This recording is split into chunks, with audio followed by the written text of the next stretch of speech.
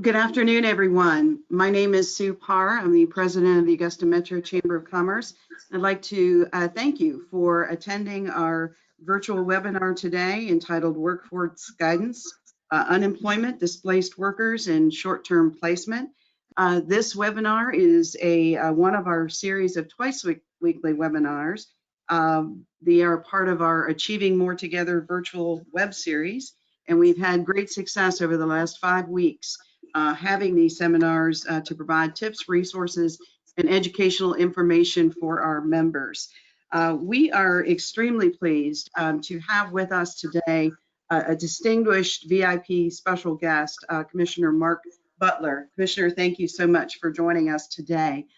If you will allow me, I'd like to take a few minutes for our attendees to just provide them with a little bit of information about you. You were Georgia's first Republican Commissioner of Labor on January 10th, 2011. So you have been in this role for many, many years, and we appreciate your leadership. Your continuing goal is to create valuable workforce solutions through strategic alliances and community relationships. You've developed several new programs that have strengthened the Labor Department's relationship between employers, job seekers, and Georgia's future workforce. I'm sure that when this pandemic ends, you will get to add another very incredible comment in this bio that you have been just a strong leader. We know that the Department of Labor has taken on so many responsibilities during this very unprecedented time in Georgia's history, and that will be something I know in future years that we will look back on. And again, thank you for your leadership. With that, I would like to start the webinar, and we have asked each of our panelists. We have Jason with Loop Recruiting. We also have Mr. Ravi from Sitel. Loop Recruiting is a very well-known employment recruiter in our community. Sitel is a very well-established customer care center in our community. And to all three of you, welcome to today's webinar. Oh, thank you. Yeah, thanks, Sue. Thank you. So I would like to start out, Commissioner Butler, if you could tell us a little bit about what is going on a statewide basis. I know that for our area, I just looked at some recent statistics, and we have about 4,000 unemployment claims from this district through the end of, that's only through the end of March. I'm sure that number has gone up over the last couple of weeks. Of course, half of that is in our hospitality industry. We were a casualty in this market of a postponed Masters tournament, which, you know, in addition to everything else going on and the lack of leisure and business travel, that tournament being postponed also, we took a big hit for that. But, you know, please share with us what you see from the statewide view and how things are going so far. Well, what we're seeing and what we're living through right now is just unprecedented. I had somebody ask me the other day, you know, well, kind of give us something to compare this to. And I'm like, you can't. There is nothing. I mean, this will be the event that every event going forward, and quite frankly, any event that's happened before, this is what you're going to compare it to. I mean, this, because to kind of give you just kind of some wild numbers, and I used to do this over a period of 4 weeks, but now I'm going to actually compact this a little bit more. With what we're seeing right now, as far as claims for unemployment, this week and what we saw the previous week, we're going to basically see about 700,000 claims filed in a span of 2 weeks. Okay, and to put that into perspective, during the recession, you know, the two big years were 2008, 2009. 2009 was by far the worst of those 2 years. We had an all-time record number of claims filed for unemployment during 2009. It was just a little over 1 million claims. So we are coming really close to wiping out an all-time record, a year record in 2 weeks, which puts a tremendous amount of stress on our current infrastructure, because before this happened, we were running at what we would refer to as pre-recession staffing at Department of Labor. You go back to 2009, we had about 2,200 employees statewide during the recession that we had built up to through those years, and I think that was our high watermark, was just under 2,300 total. And today we're barely over 1,000 employees statewide, and out of those 1,000, there's probably only about 60% of that number, maybe a little bit less, that actually do unemployment. The rest of them work in reemployment. And so you're talking of, a lot less employees handling a whole lot more claims in a more compacted space. The good news is there's something that we have now that we didn't have in the recession, which is online claims process. That didn't exist back then. I'm so glad that we pushed forward and got that put into place, because I can't imagine where we would be in the kind of disaster we'd have on our hands in Georgia if people had to actually show up at an unemployment office right now. Mainly because of, you're talking about a compact space, and people would be more exposed to some of the dangers of the virus. And so the fact that we were able to shut down public access to our career centers and handle 95% of this online has been a blessing. It's also been a what I would call the ultimate stress test of our system, and also, quite frankly, our employees, because our folks have been working pretty much nonstop 7 days a week for the last 3.5 to 4 weeks. Some of these employees are putting in 10 to 14 hour work days. And if I gave you the breakdown, of our staff, it's an older agency. So you're not talking about a bunch of 23 and 24-year-olds working 14-hour days. You're probably talking, the vast majority of our employees are over the age of 45, and that would include me. And so there's no doubt that the agency's feeling the stress, but we've been able to process, well over 800,000 claims so far. And just last week, we paid out or sent out over 300,000 payments. And that was just in 1 week. We've actually sent out a lot more than that. So people are getting their money.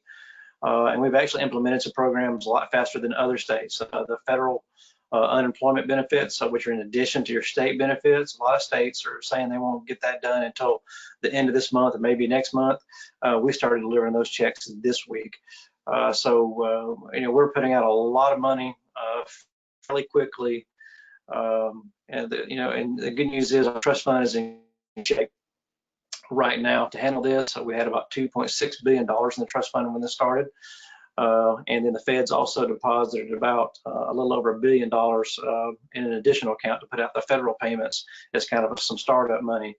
But we've already sent out about a quarter of that money from their account in just 2 short weeks. So I think we had it somewhere in the neighborhood of just under $600 million that we've paid out in benefits in just 3.5 weeks. So, it's a big struggle, but we're getting the job done. The biggest challenge we have before us right now is some of the things that were put in the CARES Act. And I'll just speak really quickly on this. We have a lot of people asking about, well, what about me? I'm self-employed, and the CARES Act says I'm gonna get unemployment. Well, if Congress would have bothered to call a few states, this one in particular, I would have told them that it's a really terrible idea to try to pay out unemployment benefits for the self-employed 1099 worker out of our system, because we're not set up for that. Unemployment benefits is anybody knows got a business that has W-2 workers, you pay into the system, and that's basically where all their information is. We know they've worked for you. We know that you pay taxes on them. We know basically what their pay is, and we have a relationship with you. These people we have no history with. We don't have any of their information, and we've been asked to establish all this history, about 18 months worth of financials, also verify that the people are who they say they are. And then once we get through all that whole thing and also hook up with any type of intercepts for back child support, owed taxes, or anything else, all that has to be built into a new system for this new classification of unemployed workers. And they're really expecting us to do it in short order. We're getting close to actually having that system built, even though we've only had the rules and regulations in our hands for about 2 weeks now. My goodness, just to hear some of the things that you said as far as you know, the your local offices and the fact that you've been able to do so much of this online. And so what is your what will do you say to those 1099 folks that are, you know, waiting? What is your recommendation for them? Well, right now you have two different paths. You know, we have the ones that had already gone ahead and applied before anything had been set up. We're working internally, going through those files and identifying those individuals. And also we changed our application process for unemployment that went into effect this past Monday, where it automatically has questions in there and captures information that we need to quickly identify. And we're going to start sending out emails the middle of next week to these individuals that have been turned down, that have been disqualified, which is also a requirement, one of the requirements to get to them getting unemployment. We're going to send them a link, and they will click that link, and they will be able to give us additional information about how we can establish their claim. Like one of the simple things, like if you've already filed your taxes, the simplest way for us to be able to do that is you to give us permission, which we're going to have this built into the application, for us to ping your information with the Georgia Department of Revenue. We've been working with them to access their information, which, you know, we normally do not have access on. And they've been really great to work with us on this. And they've been putting in a lot of overtime working with our developers also. So we can't access that information. We're also going to be able to access 1099 information too. But now if you're one of those workers that doesn't have either one of those two categories, then it's going to become a lot more labor intensive, and it's going to start getting into paper, which is going to make cause us to have a lot more man hours spent and going through a lot of the information that we're going to be receiving on these workers. And it's going to be a labor intensive project. And quite frankly, this was something they probably could have done easier had they used something through the IRS. But we've even seen they're having a difficult time just sending out right now just the checks, because after I think we had an incident either yesterday or day before where it crashed their site and a bunch of banks. So none of this is easy for anybody right now, because you're compacting a lot of movement in an extremely short period of time. Commissioner, one of the questions that we've heard a lot from our members, in fact, we had a webinar on Tuesday with some of our local legal experts, was, you know, our businesses need to make sure that they have, if they've had to furlough, lay off their workers, that they as a business have a responsibility to make sure that you are aware of that, so that those employees can get their benefits. How is that process moving along for the business community? Is that pretty automated for them?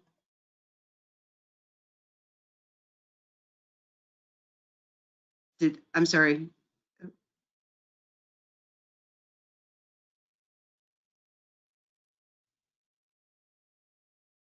Jason, were you able to hear him? Yeah, I heard the question. Okay.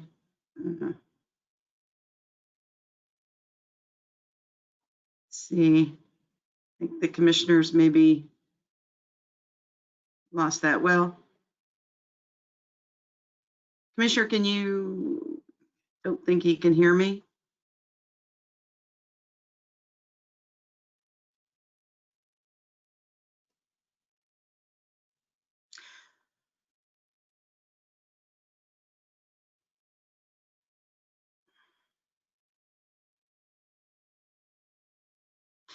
All right, well, we will continue with the program, and hopefully, Commissioner, are you back with us?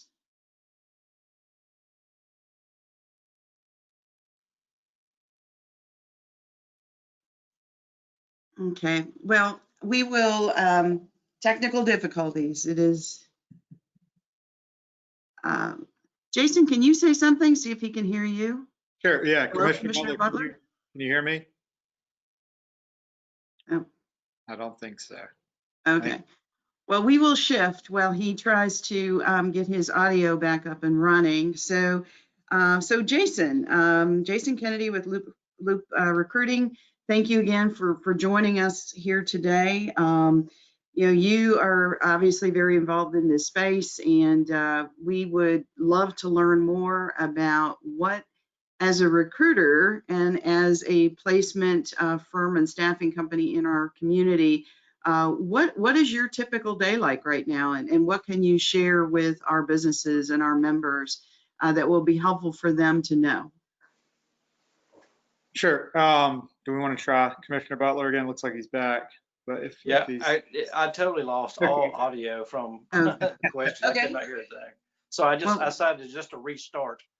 okay. Well, we punted, but we will come back to you, Commissioner I'll pass Butler. the ball back to Butler. The question that I had for you, the one question we get a lot from our members, and we just actually did a webinar kind of from a different angle on Tuesday about the responsibility of our members, of employers, to make sure that if they have furloughed or laid off employees, that they are reaching out to the Department of Labor through your website to provide that information on those employees so they can receive their benefits. How is that process working right now? Is it pretty smooth and employers are able to do that? Well, I guess it kind of depends on the employer. I mean, we've had, a lot of them have had, an easy time. They're able to follow the directions and put the stuff in. And then we've had some that have had some difficulty, and we've been trying to work with those that have some difficulty. But 75% of all these claims that we're seeing filed right now are being done by the employer.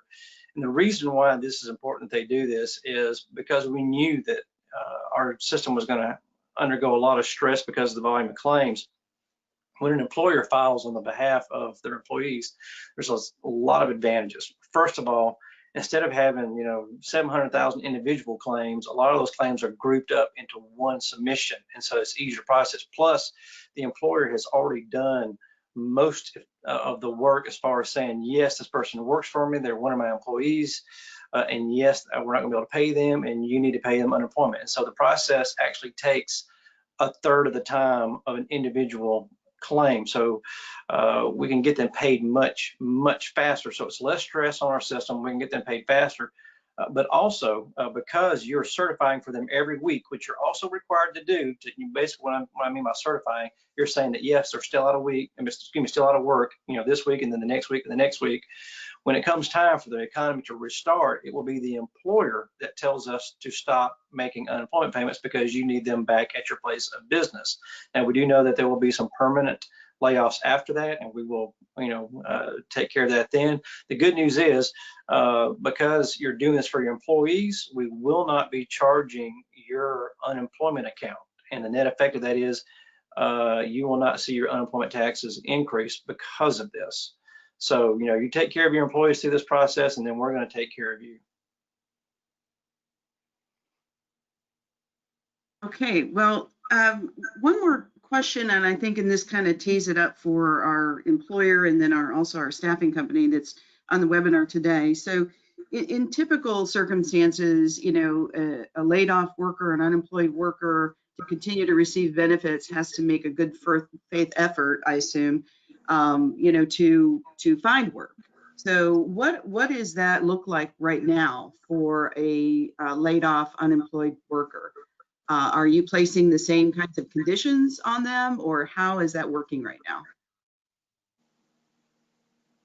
Was that a question for me? Sure. Okay. Well, right now job search has been suspended because you have a shelter in place. But obviously there are some people that are already looking to the future, and they're using our online system, employgeorgia.com, which still has about 90,000 jobs listed. And so some people are taking, this time to really go through those job listings and, maybe find something different if they don't think they're going to have a job when this is all over, or maybe they want to go into a different field. One of the really neat features to how we've asked everybody to do this on the business community to file on behalf of your employees, it's going to make it much easier for you to recall your employees if you're the one that's actually certifying that they're unemployed, because when you get ready to recall them, then you're going to quit certifying and they're going to quit getting unemployment and they'll need to come back to work with you. I think that's a feature that's going to be very unique to the state of Georgia, because as far as I know, there's only 2 other states that even have an employer file process, and that is the state of Alabama, and I think South Carolina still has it, but I do not know if South Carolina is utilizing it. In this particular case, I haven't been able to keep up with what they're doing. Well, thank you, Commissioner. That's good information, and I think, again, a good segue for our next two panelists. And I'd like to, again, ask Jason Kennedy to kind of share with us what their typical day is, what they're seeing with our labor pool and transitions and so forth. So, Jason, I know you've got some good things to share. Yeah, thanks, Sue.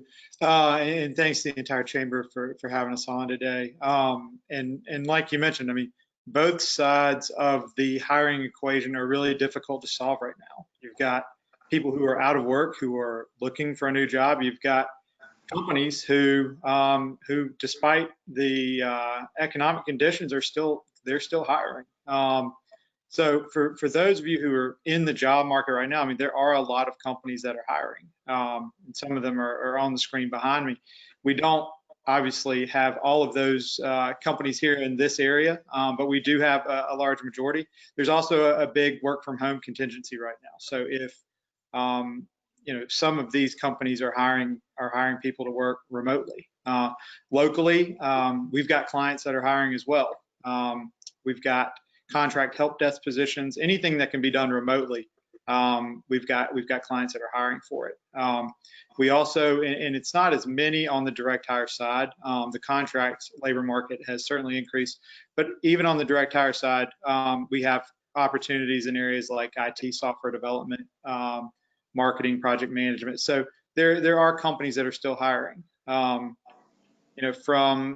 the employers that are hiring, I mean, we've seen, everybody basically. We've seen a pretty dramatic shift in the labor market. Like Commissioner Butler said, we've gone from a record low unemployment to a record high, or a record low unemployment to now, excuse me, record low unemployment to now a record high unemployment almost overnight.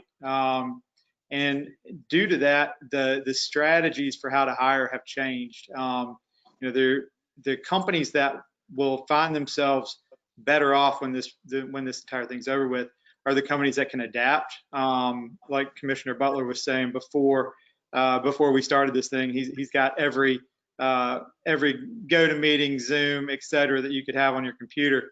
And I think that the people that are taking advantage of technology right now are companies that are going to come out in a really advantageous position when this whole thing's over with. Couple things that we've seen. The first of all is that work from home is the new normal. Job postings for remote work jumped 28% in March. I don't know what it's done for April, but I guarantee that number will be higher. So for companies that don't already have a work from home strategy in place, they need to start working on them right now. When this whole thing's over with, people are going to still want flexibility. If you're a job seeker, now's the time to invest in high-speed technology or high-speed internet, get a dedicated home office. That way you're prepared for the different work from home opportunities that are going to present themselves when this thing's over with. The next thing is that the hiring process has officially been launched into the future.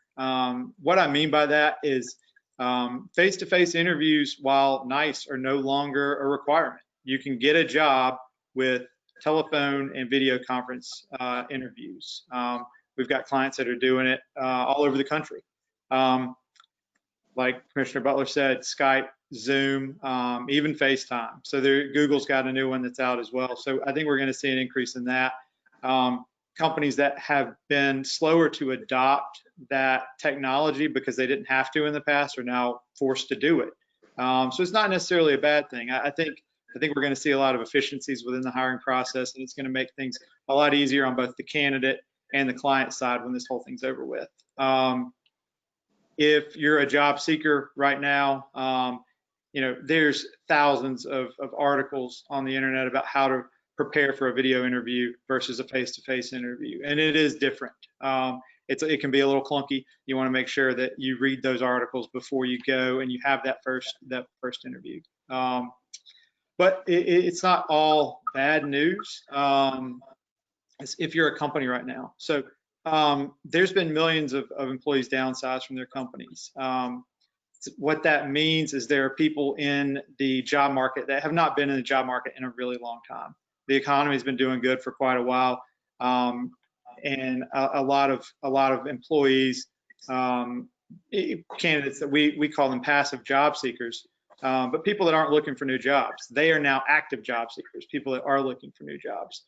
So if you're a company, now's a great time to upgrade your talent. You can look in those areas and find candidates that you won't have access to, that you didn't have access to in the past, and you're not going to have access to in the future because somebody's going to come along and gobble them up.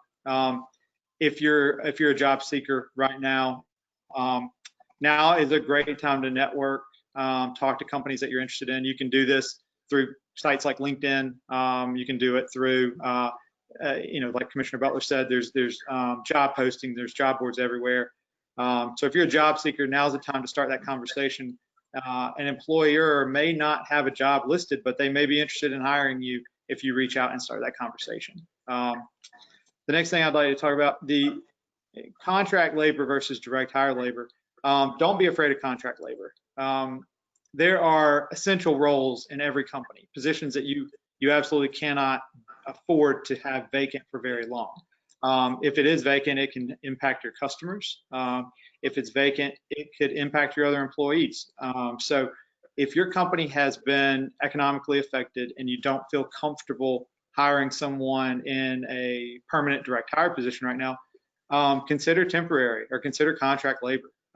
That's a great way to get somebody back to work, and it's also a good way for you to avoid putting extra strain on your employees that you do have in place. You want to make sure that when you're going through this contract hire situation, that you either know how to do it or you consult with somebody who does. It is a little different than hiring somebody on a W-2 basis, but you can contact somebody like Loop or an additional employment agency that can guide you through that process and help with that. And then lastly, Sue, what I'd like to just add is, protect what you have. If you are still, you're in business, you're open, keep your employees engaged, keep them productive.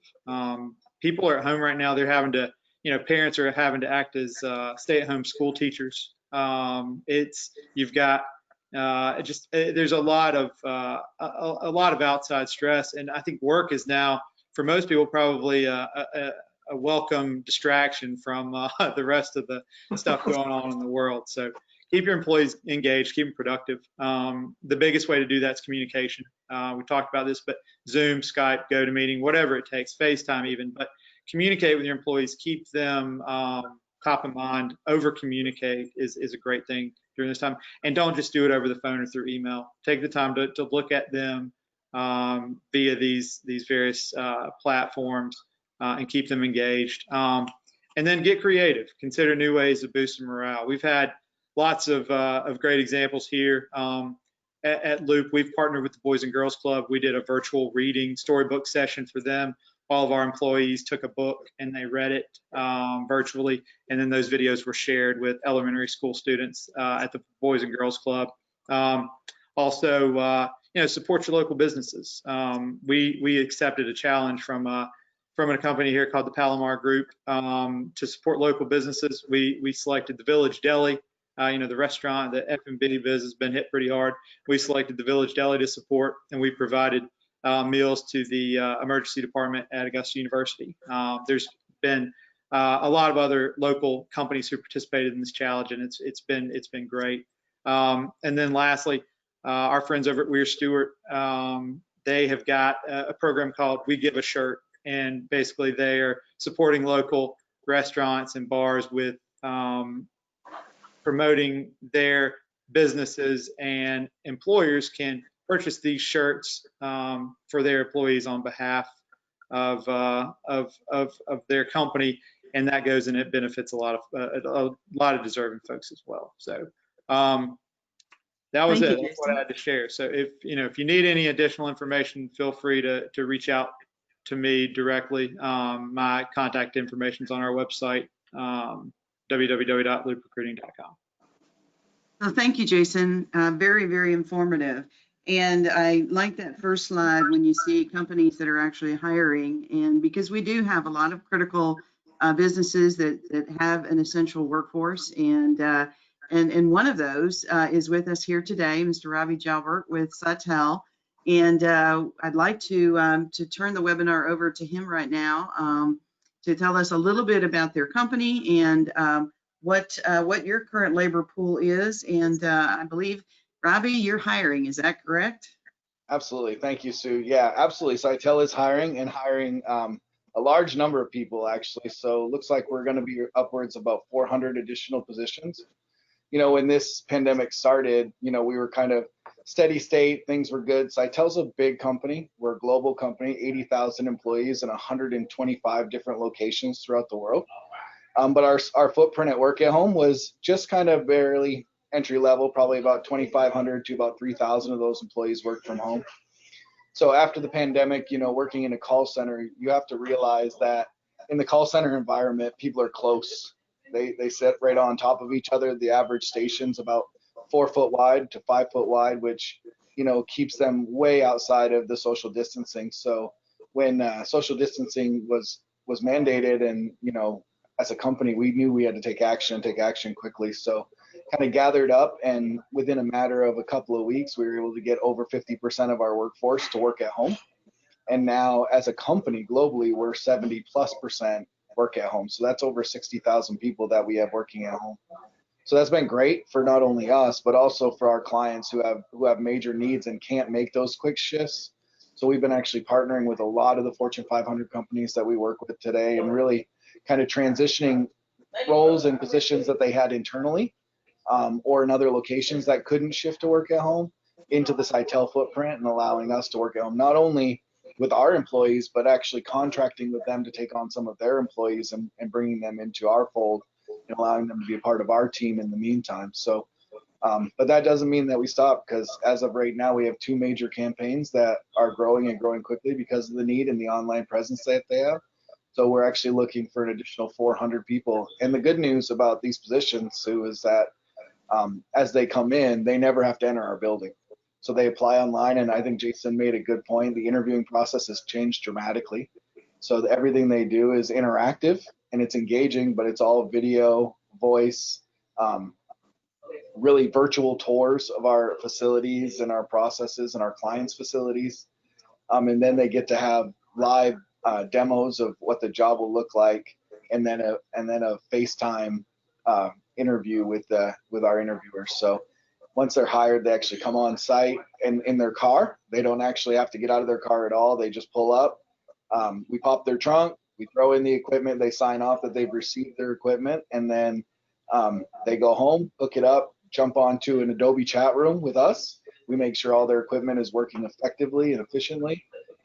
Log them into our systems for the first time, check all their passwords, and make sure that they can effectively go to class. And then on Monday morning, they log into another Adobe classroom, and it's a live environment with video and conferencing and chatting, and just like they were in the classroom, but actually virtually sitting in their home. So it's been a unique experience for them. It's I think a great benefit to have those resources, and it was really good of Sitel to jump quickly into that arena, because it's not only allowed us to grow, but it's allowed us to support so many of the local people that are in need of jobs. Well, thank you, Ravi. That was very, very informative, and you provide a vital service to many, many different clients. And technology has certainly been something that you've been able to leverage for your workforce. So we have an opportunity for attendees to submit questions. There should be a little question mark on the side of your panel or on the side of your screen that allows you to type in a question. And we do have several questions already submitted. Commissioner Butler, we have a question regarding the 6 conditions included in the emergency leave. Is that something that the employer has to evaluate, or are you depending on the person applying for the unemployment benefit to verify that, or are we all, because of the process and the urgency right now, is how is that working? What are the responsibilities of those parties? Well, the good news is that, since we've put a lot of this in the hands of the employer, you made up most of those decisions. But when it comes to an individual on those, it's going to be up to them to have the proof that they're going to be that's one of the reasons why they can't go to work. I mean, go into work, I should say. Right. And also, as a kind of similar question for you, Commissioner, is a lot of the employers that have been able to retain their or have been able to pay a benefit, a sick leave benefit for employees that have been unable to work for, again, some of those reasons. Either it's a daycare issue or they're asymptomatic and but they've been identified as having to be quarantined. There's credits allowed, but that's a different structure for those credits. That's not you, right? That's going to be through their federal and state tax returns. Right. That's a program that's managed through the U.S. Department of Labor, but not us. But yeah, we do get those questions frequently because maybe we should change the name of the Georgia Department of Labor to something else because we get confused with the guys in D.C. way too often.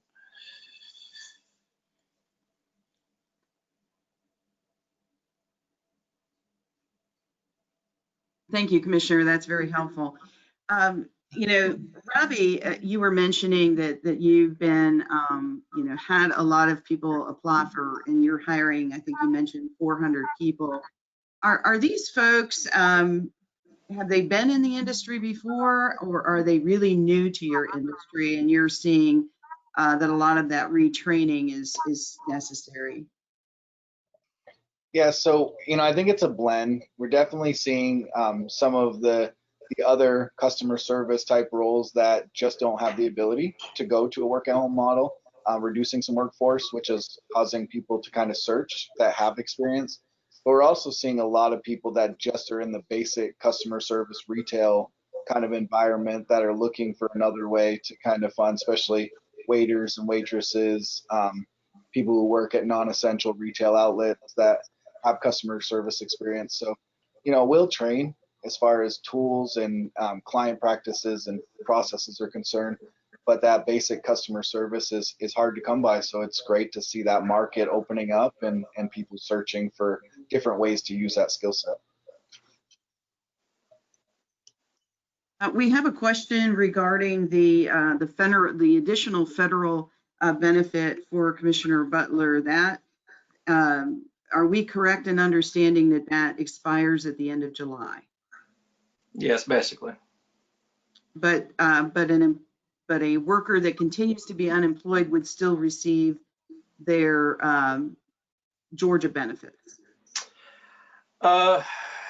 Theoretically speaking, I think it's really premature to start thinking about who's going to be still getting benefits at that time because we don't know what's going to happen. We keep hearing more and more talk about, more stimulus packages and more changes. And so when the 26 weeks that we have now, plus the additional 13 weeks run out, there's no guarantee that Congress won't add more weeks, depending on where we are in, say, June or July. So I think that's just going to have to be kind of a wait and see. But let's just hope for the best and hope that we're not dealing with more weeks of unemployment before we even get to that, and we're getting somewhere back to something resembling normal by the time we get to June, July, hopefully.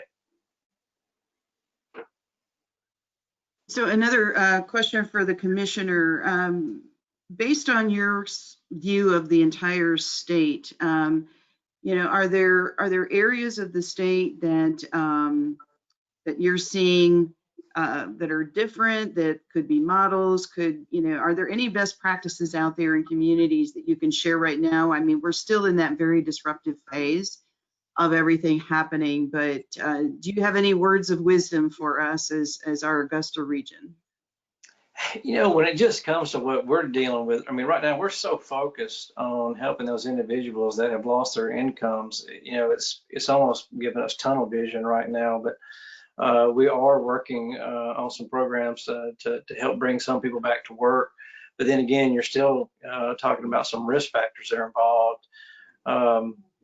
With a lot of the shelter in place that we're seeing right now, it's really causing some issues. I think, one of the things that we're seeing, well, I guess I can share this. Here's your one best practice. I'm sitting there thinking about kind of come up with some kind of best practice in the world that we're in. And right now we're just trying to hold on. But one of the things we had worked with employers on that has come in handy, this outside of some of the loan programs, we have worked with a lot of employers, especially some of those that, I guess I won't say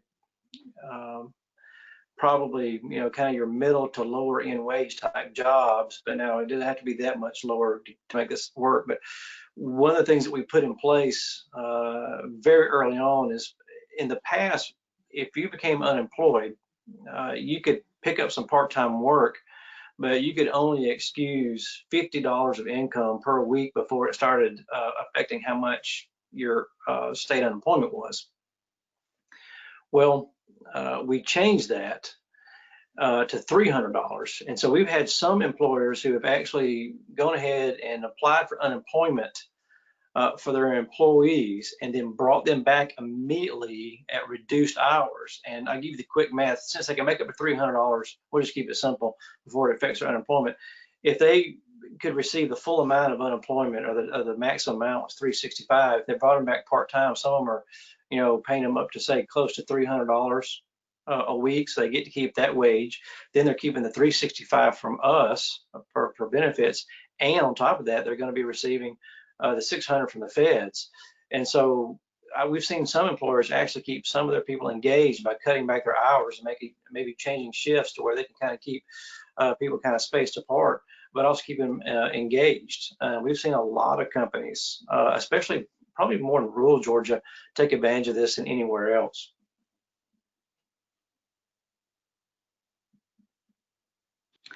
Thank you, Commissioner. We have a question for Jason, and there's Robbie's back. I was going to say, I hope we're able to get Robbie back. But Jason, we have a question for you regarding, you talked a lot about this new working dynamic. In fact, the Chamber is going to be working on a return to work policies. It's on the minds of everyone is how do we get people back to work? But I think that most people realize that that is not going to be as traditional as what we've experienced in the past, that it is really going to be a new working dynamic. So Robbie, obviously you've got a head start, but Jason, what advice can you give to our members if they don't have a very dynamic remote telecommuting system now? What words of wisdom can you provide to them? Yeah, it's a great question. I think investing in technology is the quick answer to that. Like Robbie said, there are ways to train virtually. There are ways to have virtual classroom type settings. The academic world has been doing this for a while, maybe the last 10 years or so, with web-based classes. And I think the training environment that companies like Sitel and then some of our clients are utilizing as well really works well with that. So utilize technology is the quick answer. But then, like I said earlier, over communicate. What you lose in a work from home environment is the teamwork, the camaraderie, just that sense of belonging that a lot of people have with their coworkers. And so it's not perfect, but having video chats and just upping your frequency of communication with your employees and making sure that your employees are communicating with each other as well, I think is the key to the emotional piece of that to make this thing work. In an ideal environment, once we're past this whole COVID-19 thing, flexible schedules I think work really well. You can have people that can work remotely a couple days a week, and they can be in the office a couple days a week, and I think that gives them the best of both worlds. You're going to see an increase in productivity and an overall happier workforce. So, thank you. That's good advice. Robbie, it occurs to me that you might have some employees that don't have a lot of good home technology. Is that something that you provide, or is it a kind of a partnership with some of your employees that are working remotely? Yeah, absolutely. So, we did run into that in the beginning where we had to partner with a lot of our employees to kind of get the internet speed upgraded a little bit and to upgrade the technology.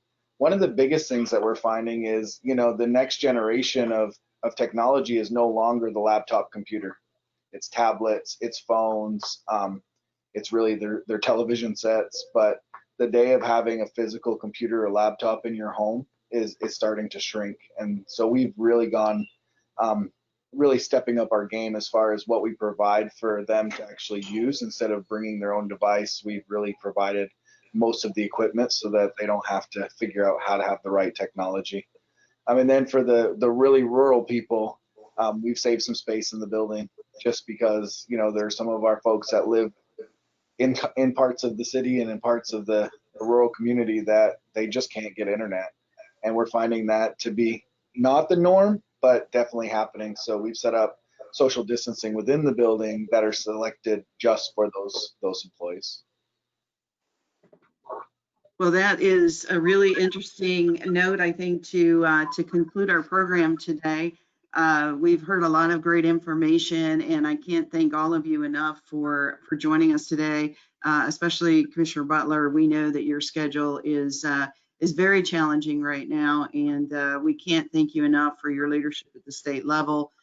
Really, you have done the impossible, and I think that this is just remarkable that our entire state and our entire country is really doing things that we never thought were possible before, and we're getting it done. So from Augusta and from our members at the Augusta Metro Chamber of Commerce representing 1,200 businesses, thank you so much for spending your part of your afternoon with us today.